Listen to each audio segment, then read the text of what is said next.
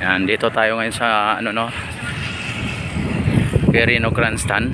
Yan, dito sa Lunita, Quirino Grandstand mga kababayan. Yan, kung inyo makikita, ito na po ang sitwasyon dito, no. O ito na po ang mukha ng Lunita o Quirino Grandstand.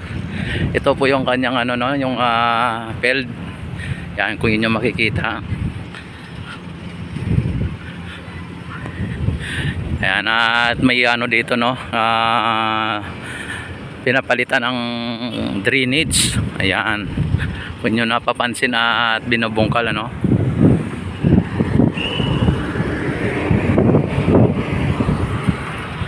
Ayan, at dito masarap mag-jogging dito. Ayan, no, sarap mag-jogging dito. Ayan, ito na po ang field ng Quirino Grandstand, no?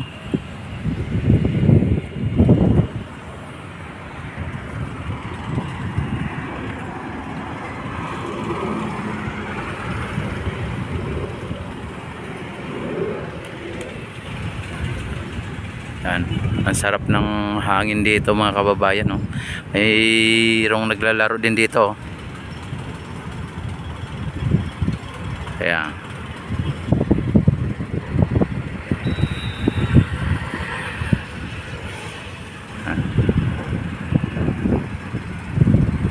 lalaro ng bola ng soccer. Yan. At napakaganda na po pagmasdan dito. At yung mga matataas na damo ay parang parang tinanggal na yung mga matataas na damo. At makikita mo may improvement na. Yan. Talagang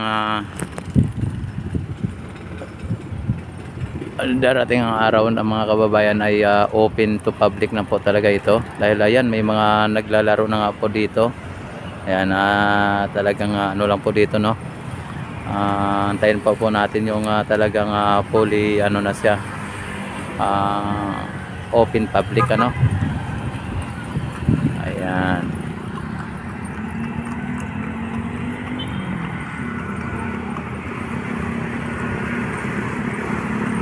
Ito na po talaga ang bagong mukha ng Quirino Grandstand. At yun ang ang pinaka fountain ng Lunita, no.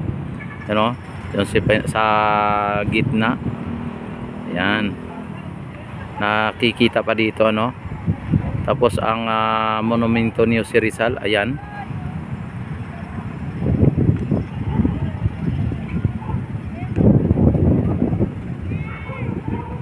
Yan ang controversial na flagpole na naabot ng 8 million noong panahon ni Pinoy.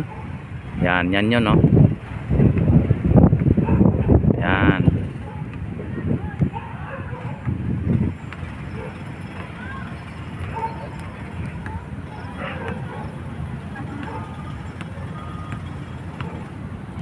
Ay, kung yun yung nakikita mga kababayan. At ayan, pwede makalusot dyan, no. Nakalusot ang mga babae, oh.